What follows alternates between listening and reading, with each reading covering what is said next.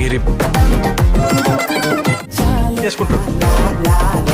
Hello दोस्तों, आज मैं न्यू तेलुगु मूवी एक्सप्लेन करने वाला हूँ जिसमें हीरो और हीरोइन एक दूसरे से प्यार करते हैं, लेकिन हीरोइन के पापा को ये रिश्ता पसंद नहीं, इसीलिए दोनों मिलकर भागकर शादी कर लेते हैं। लेकिन शादी के कुछ महीने बाद भी हीरो को लो स्पर्म काउंट होने की वजह से उसे बच्चे हो नहीं पाते, इसीलिए वो खुद ही डिसाइड कर शराब पीकर अपनी बीवी पर चिल्लाता है, जिससे वो घर छोड़कर चली जाती है। फिर लास्ट में हीरोइन को बच्चे पैदा हो पाते या नहीं और हीरोइन के पापा उन्हें एक्सेप्ट करते या नहीं, ये हमारे मूवी में दिखाया जाता है।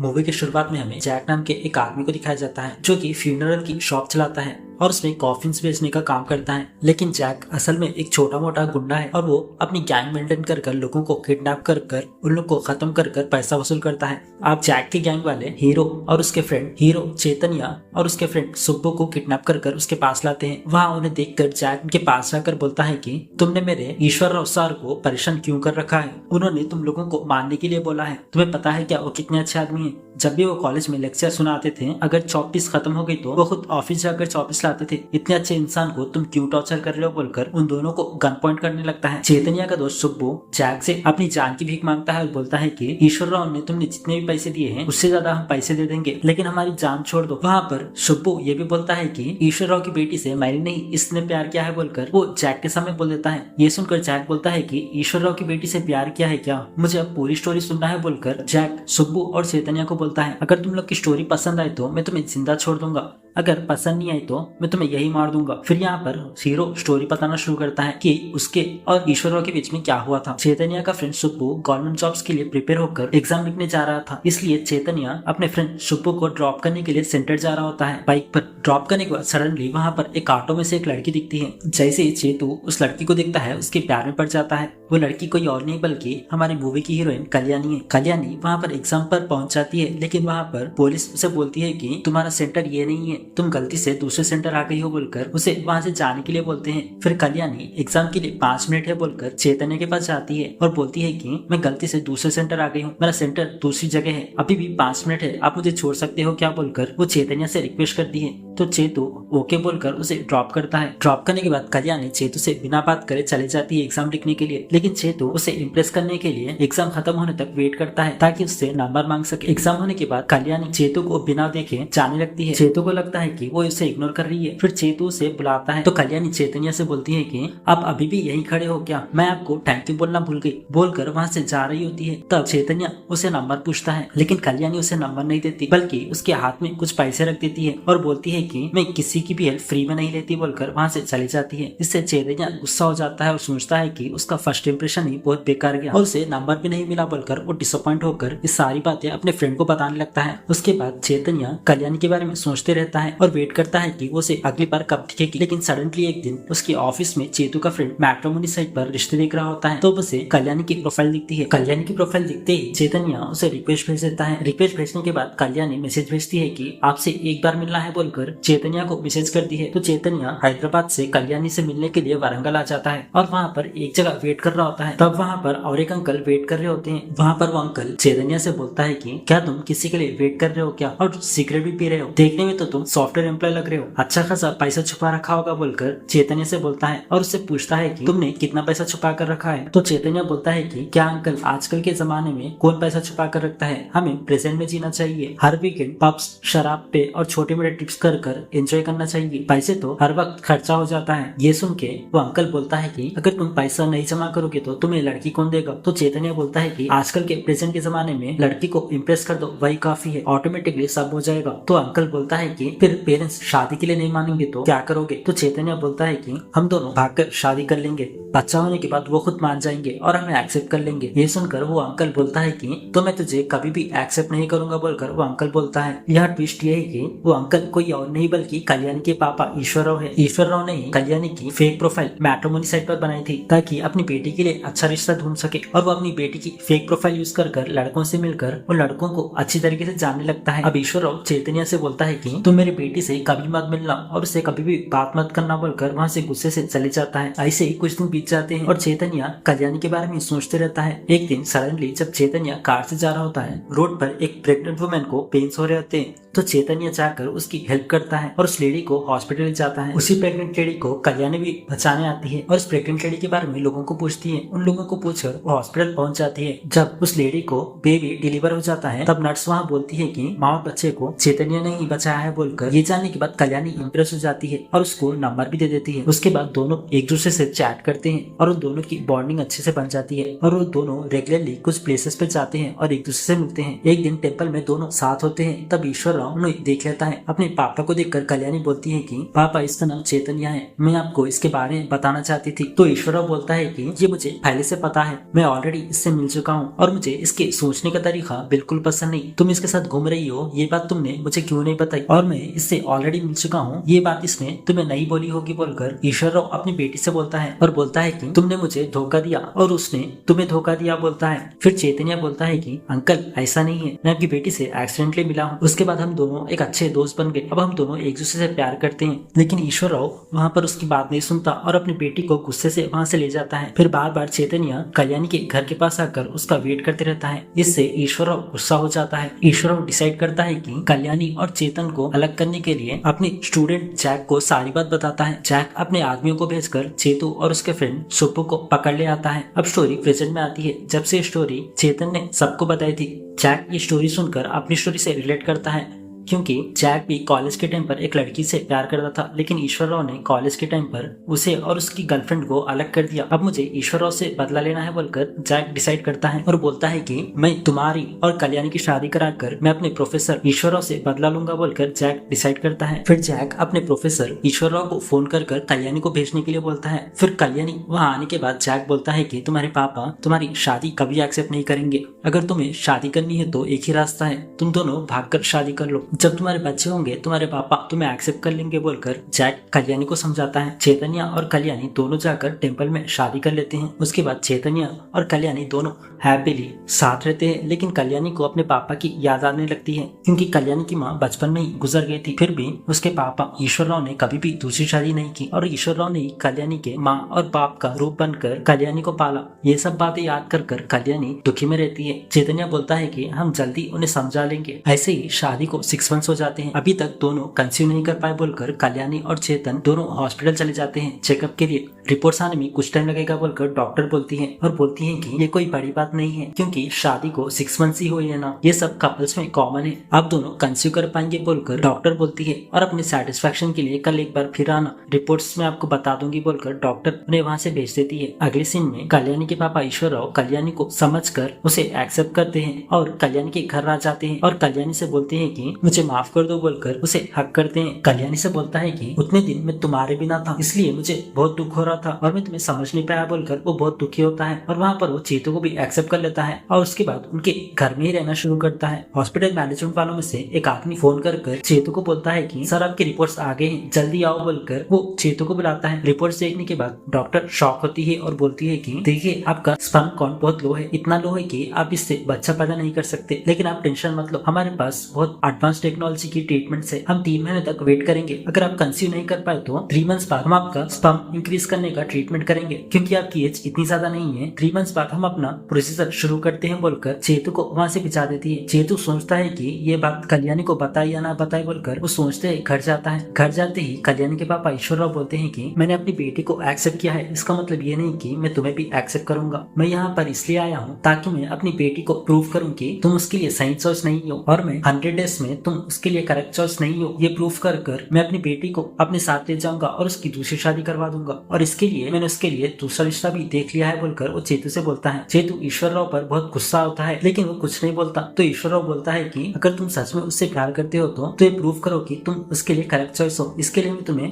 100 डेज देता हूँ और इसी 100 डेज में तुम दोनों को मैं अलग करने की पूरी कोशिश करूंगा। अगर मैं तुम दोनों को अलग नहीं कर पाया तो मैं 100 डेज के बाद यहाँ से चले जाऊंगा। ये सुनकर चेतू चैलेंज एक्सेप्ट कर लेता है। फिर अगले दिन चेतू ये सारी बात अपने फ्रेंड को बताता है और बोलता है कि कल्याणी के पापा ने हमें एक्सेप्ट नहीं किया बल्कि वो इसलिए आए हैं कि ताकि 100 डेज में वो हमें अलग कर सके। चेतू अपने फ्रेंड को बताने के बाद घर जाता है। घर जाने के बाद कल्याणी उससे बोलती है कि मेरे पापा हमारे बेडरूम में सो जाएंगे क्योंकि उस रूम में ही एसी है ना, इस उम्र में मैंने तकलीफ देना नहीं चाहती, जब तक वो यहाँ है हमें थोड़ा एडजस्ट करना होगा बोलकर वो चेतू से बोलती है। फिर चेतू और कल्याणी दोनों हॉल में सोना शुरू करते हैं लेकिन ईश्वर राव उन्हें पास आने नहीं देता और हमेशा पानी के बहाने और दूसरे बहानों से हॉल में आते जाते जाते रहता है, जिससे चेतू और कल्याणी को डिस्टर्ब होने लगता है। चेतू को समझ आता है कि ईश्वरराव ये जानबूझ के कर रहा है, लेकिन ये बात वो कल्याणी से नहीं बता सकता। अगले सीन में चेतू का ऑफिस मैनेजर चेतू की प्रॉब्लम समझता है और एक ब्रह्मारम नाम के डॉक्टर का सजेशन देता है और बोलता है कि अगर तुम उसके पास जाओगे तो तुम्हें जरूर बच्चे होंगे और तुम्हारा स्पर्म काउंट भी इंक्रीज हो जाएगा। फिर नेक्स्ट डे चेतू और उसका फ्रेंड सुब्बू दोनों उससे मिलने जाते हैं। डॉक्टर ब्रह्मारम से मिलने के बाद ब्रह्मारम कुछ मेडिसिन लिख के देता है और बोलता है कि रोज इसे खाते रहो, कुछ ही दिन बाद तुम्हारी वाइफ कंसीव करने लगेगी और रेगुलरली अपने वाइफ के साथ टाइम स्पेंड करते रहो बोलकर डॉक्टर ब्रह्मारम चेतू से बोलता है। लेकिन घर पर कल्याणी के पापा ईश्वरराव उन दोनों को आसानी नहीं देते और उन्हें बार बार डिस्टर्ब करने लगते हैं। कल्याणी चेतू से बोलती है कि जब तक पापा घर पर है तुम सिगरेट मत पीना और अल्कोहल भी मत पीना और नॉनवेज भी घर पर मत खाना बोलकर वो चेतू से बोलती है।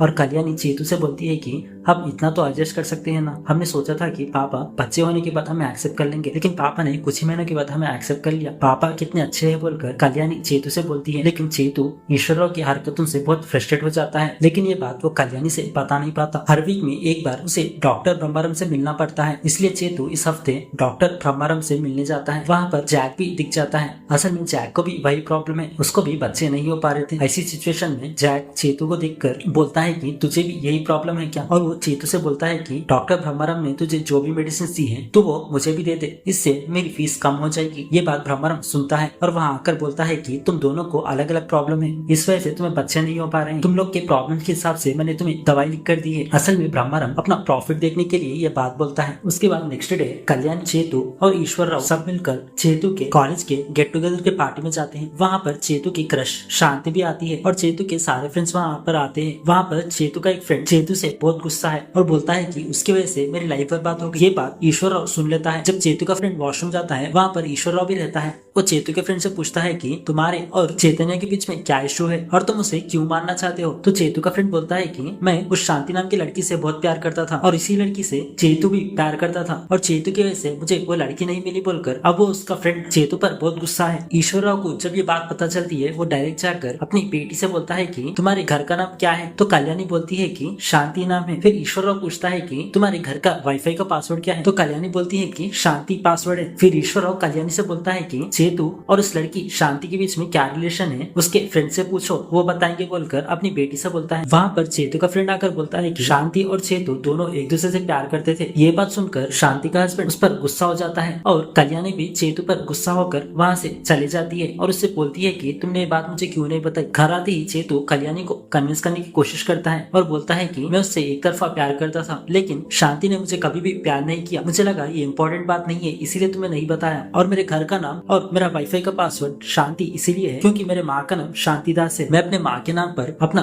वाईफाई का पासवर्ड रखा था और मेरे और शांति के बीच में ऐसा कुछ नहीं है बोलकर चेतू कल्याणी से बोलता है। फिर कल्याणी को अपनी गलती रियलाइज होती है और वो सॉरी बोलकर चेतू को हक करती है। ईश्वरराव ये देखकर सोचता है कि मेरा प्लान फेल हो गया बोलकर अब ये दोनों को अलग कैसे करूं बोलकर वो नए नए प्लान सोचने लगता है। ऐसे करते करते 90 डेज कंप्लीट हो जाते हैं। अभी 100 डेज के चैलेंज में सिर्फ 10 डेज ही बाकी है। अगले सीन में चेतू कल्याणी के पापा के पास जाकर बोलता है कि अंकल हम दोनों सच में एक दूसरे से प्यार करते हैं, मैं उससे सच में प्यार करता हूँ इसीलिए मैंने उससे शादी की है, आप हमें अलग करने की कोशिश मत करिए और 10 दिन के बाद भी आप ये चैलेंज नहीं जीत पाएंगे, मैं कल्याणी को कभी नहीं छोड़ूंगा। चेतू ईश्वरराव को बोलता है। फिर ईश्वरराव भी सोचता है कि अब कुछ भी कर लो ये अलग होने वाले नहीं है, इसीलिए वो अपना सारा प्लान कैंसिल कर वापस वारंगल जाने के लिए अपने बैग पैक कर लेता है। कल्याणी देख के पूछती है कि पापा आपको चेतू ने कुछ कहा क्या। तो ईश्वरराव बोलता है कि नहीं उसने मुझे ऐसा कुछ नहीं कहा, वैसे भी मुझे काम है बोलकर वो वहाँ से चले जाता है। कल्याणी को फिर भी डाउट होता है कि चेतू ने कुछ कहा होगा बोलकर दूसरी तरफ ईश्वरराव वहाँ से जाने लगता है। तब सडनली उसे रास्ते में उसका स्टूडेंट जैक मिलता है। जैक वहाँ पर ईश्वरराव से पूछता है कि आप यहाँ पर क्या कर रहे हो और वो ईश्वरराव से बोलता है कि आप इतने अच्छे हो मुझे पता नहीं था, आपके दामाद को बच्चे नहीं होने वाले ये बात भी आपको पता होने के बाद भी आपने उन दोनों की शादी एक्सेप्ट की, आप सच में ग्रेट हो बोलकर अपने प्रोफेसर ईश्वरराव की तारीफ करता है। ये बात सुनकर ईश्वरराव शॉक हो जाता है और जैक से पूछता है ये बात तुम्हें किसने बताई। फिर जैक बोलता है कि मैं डॉक्टर ब्रह्मारम के पास जा रहा था, वहाँ पर चेतू भी आया था, तब उसने मुझे बात बताई कि उसका स्पर्म काउंट बहुत लो है इसीलिए उसे बच्चे नहीं हो पा रहे हैं। ये बात पता चलते ही ईश्वरराव बहुत गुस्सा हो जाता है और चेतू को फोन कर बोलता है कि तुम इतने दिन हमें धोखा देते रहे, मुझे लगा कि तुम बस धोखेबाज हो लेकिन तुम मर्द भी नहीं हो, मुझे अभी पता चला तुम्हारे प्रॉब्लम के बारे में जैक ने मुझे सब कुछ बता दिया है, फिर भी तुमने ये बात मेरी बेटी से छुपाई। ये बात जाकर मेरी बेटी को बोल दो और ये भी बोल दो कि तुम्हारा स्पर्म काउंट बहुत लो है और ये भी बोल दो कि मैं तुम्हारे लिए सही हस्बैंड नहीं हूँ। उसके बाद मैं अपनी बेटी को अपने साथ ले जाऊंगा। ये बोलकर ईश्वरराव बहुत गुस्सा करता है। चेतु अपने ऑफिस के काम में बहुत बिजी होता है। फिर चेतु सोचता है कि जो भी हो आज कल्याणी को सच बता देता हूँ बोलकर वो बहुत अल्कोहल पीता है और डायरेक्टली कल्याणी के पास जाता है और बोलता है कि तुम्हारे वजह से मेरे लाइफ में इतनी सारी प्रॉब्लम्स है। हर वक्त तुम अपने पापा के बारे में सोचते रहती हो, कभी तो मेरे बारे में सोच लो। मेरे घर में क्या करना है वो भी तुम्हारे पापा डिसाइड करेंगे क्या? मैं अपने घर में सो भी नहीं सकता और ना ही सिगरेट पी सकता हूँ, ना ही शराब पी सकता हूँ और तुम्हारे पापा की वजह से मैं नॉनवेज भी नहीं खा सकता। तुम लोगों ने मुझे बहुत टॉर्चर कर रखा है। मेरे घर में उनके पैसों का टीवी क्यों रखा है बोलकर वो ईश्वरराव के पैसों से खरीदा टीवी वहाँ पर तोड़ देता है। ये सब देखकर कल्याणी चेतु को रोकने की बहुत कोशिश करती है, फिर भी चेतु नहीं सुनता। चेतु अपने घर में जो भी चीजें मिलती हैं वो उन्हें तोड़ने लगता है। इससे कल्याणी बहुत गुस्सा होती है, अपने कपड़े पैक कर और वहाँ से चली जाती है। कल्याणी के जाने के बाद वहाँ पर चेतु की बहन और उसके हस्बैंड वहाँ आते हैं जो कि फॉरेन कंट्री में रहते हैं। वो लोग अभी दूसरे कंट्री से चेतु के घर पर आते हैं और चेतु की हालत देखकर क्या हुआ बोलकर पूछते हैं। चेतु वहाँ पर सारी बात बता देता है और बोलता है कि कल्याणी बहुत अच्छी लड़की है और वो मुझे बहुत पसंद है, लेकिन उसके पापा ने बोला कि मैं उसे डिजर्व नहीं करता और बोलता है कि मुझे प्रॉब्लम है इसीलिए मैं बच्चे पैदा नहीं कर सकता। ये बात वो अपनी बहन को बताता है और मैं कल्याणी के पापा की बातों से टॉलरेट नहीं कर पाया, इसीलिए कल्याणी मेरे घर से चले जाए, इसीलिए मैंने खूब सारी दारू पी थी और ऐसा सीन क्रिएट किया ताकि कल्याणी मेरा घर छोड़कर चले जाए। सच में मैं कल्याणी से बहुत प्यार करता हूँ बोलकर वो बहुत रोता है। तो चेतु की बहन बोलती है कि तुम दोनों के बीच में कल्याणी के पापा बीच में क्यों आ रहे हैं, हम जाकर उनसे पूछते हैं बोलकर चेतु की बहन चेतु से बोलती है, लेकिन चेतु अपनी बहन को रोकता है और जाने दो बोलता है। ऐसे ही कुछ दिन बीत जाते हैं। चेतु को कल्याणी की याद आने लगती है। फिर अगले सीन में कल्याणी के पापा ईश्वरराव कल्याणी के लिए एक अच्छा सा रिश्ता देखते हैं। वो लड़का आकर कल्याणी से बोलता है कि आपके पापा ने 6 मंथ्स पहले ही मुझे सब बता दिया है। आपके और आपके हस्बैंड के मैरिज लाइफ में प्रॉब्लम्स आ रहे हैं और आप शादी से खुश नहीं है और आपके पापा ने ये भी बोल दिया है कि आप जल्दी डिवोर्स लेने वाले हैं। आपके पापा ने मुझे 6 महीने पहले ही बोल दिया था, इसलिए मैं शादी के लिए ओके बोला था। वो लड़का कल्याणी से बोलता है कि आप मुझे बहुत पसंद हो। ये सुनते ही कल्याणी वो आदमी से बोलती है कि मेरे पापा ने आपको 6 मंथ पहले ही बोला था क्या कि मेरे शादी में प्रॉब्लम्स है। फिर कल्याणी उस आदमी को वहाँ से भिजा देती है। फिर अपने पापा से पूछती है कि आपने उस आदमी को क्यों बोला कि हम दोनों अलग होने वाले हैं। फिर ईश्वरराव कल्याणी को जो हुआ सब बता देता है कि वो वहाँ पर उन दोनों को अलग करने के लिए आया था और बोलता है कि चेतु तुम्हारे लिए करेक्ट नहीं है और उसने तुम्हारे साथ झूठ बोला और ये बात भी छुपाई कि उसको बच्चे पैदा नहीं होने वाले हैं। जो रिश्ता मैंने तुम्हारे लिए देखा है उससे तुम शादी कर लो, तुम हैप्पीली जिंदगी भर रहोगी। ये सुनकर कल्याणी गुस्सा होती है और बोलती है कि पापा मैं फर्स्ट टाइम आप पर गुस्सा कर रही हूँ, मेरी लाइफ में मुझे कैसे जीना है वो आप डिसाइड करेंगे क्या। फिर कल्याणी बहुत रोती है और बोलती है कि पापा आपने ऐसा क्यों किया बोलकर रोकर वहाँ से चली जाती है। दूसरी तरफ चेतु को भी कल्याणी की बहुत याद आती है और वो कल्याणी के घर आकर कल्याणी को ढूंढने लगता है। कल्याणी के पापा ईश्वरराव बोलता है कि कल्याणी यहाँ पर नहीं है, यहाँ से चले जाओ। फिर चेतु कल्याणी का पूरा घर ढूंढता है, फिर भी कल्याणी नहीं मिलती। तो ईश्वरराव भी डर जाता है कि उसकी बेटी घर पर क्यों नहीं है, कल्याणी कहाँ गई है बोलकर दोनों ढूंढने लगते हैं। दोनों मिलकर रेलवे स्टेशन और रोड्स पर कितना भी ढूंढे कल्याणी नहीं दिखती। फिर फाइनली चेतु को एक बात याद आती है। जब चेतु और कल्याणी रिलेशनशिप में थे उस टाइम कल्याणी ने उसे एक बात बताई थी, जब भी कल्याणी डिप्रेस फील होती है तो अपनी माँ के पास चली जाती है। फिर चेतु जल्दी वहाँ पर जाकर देखता है तो कल्याणी वहाँ पर बैठी होती है और रो रही होती है। ईश्वर और चेतु वहाँ जाकर खड़े हो जाते हैं। वहाँ पर कल्याणी इन दोनों को देखकर बोलती है कि मेरी जिंदगी में आप दोनों बहुत इंपॉर्टेंट हो, लेकिन पापा ही मेरी जिंदगी डिसाइड करते हैं कि मैं किसके साथ खुश रहूंगी और तुम्हें पता था कि तुम्हें बच्चे पैदा नहीं होने वाले, इसीलिए तुमने मेरी खुशी के लिए मुझे छोड़ दिया। तुम लोग मेरी खुशी डिसाइड करोगे क्या बोलकर वो बहुत इमोशनल हो जाती है। अब दोनों की ईगो की वजह से मुझे क्यों दुख दे रहे हो बोलकर वो बहुत रोती है। कल्याण के पापा ईश्वरराव वहाँ पर बहुत इमोशनल जाते हैं। अपनी गलती रियलाइज कर अपनी बेटी से माफी मांगकर उसे जोर से हक करते हैं। चेतु को भी अपनी गलती रियलाइज होती है और बोलता है कि मुझे भी तुम्हें बात पहले बोल देनी चाहिए थी और तुम्हारे साथ बैठकर बात करनी चाहिए थी बोलकर कल्याणी से माफी मांगकर उसे हक करता है और वहाँ पर तीनों मिल जाते हैं। फाइनली कुछ दिनों के बाद कल्याणी प्रेग्नेंट हो जाती है और वहाँ पर बेबी शावर भी रखा जाता है और इस बेबी शावर में डॉक्टर रामाराम भी अटेंड करते हैं और इसी के साथ मूवी यहाँ पर एंड हो जाती है।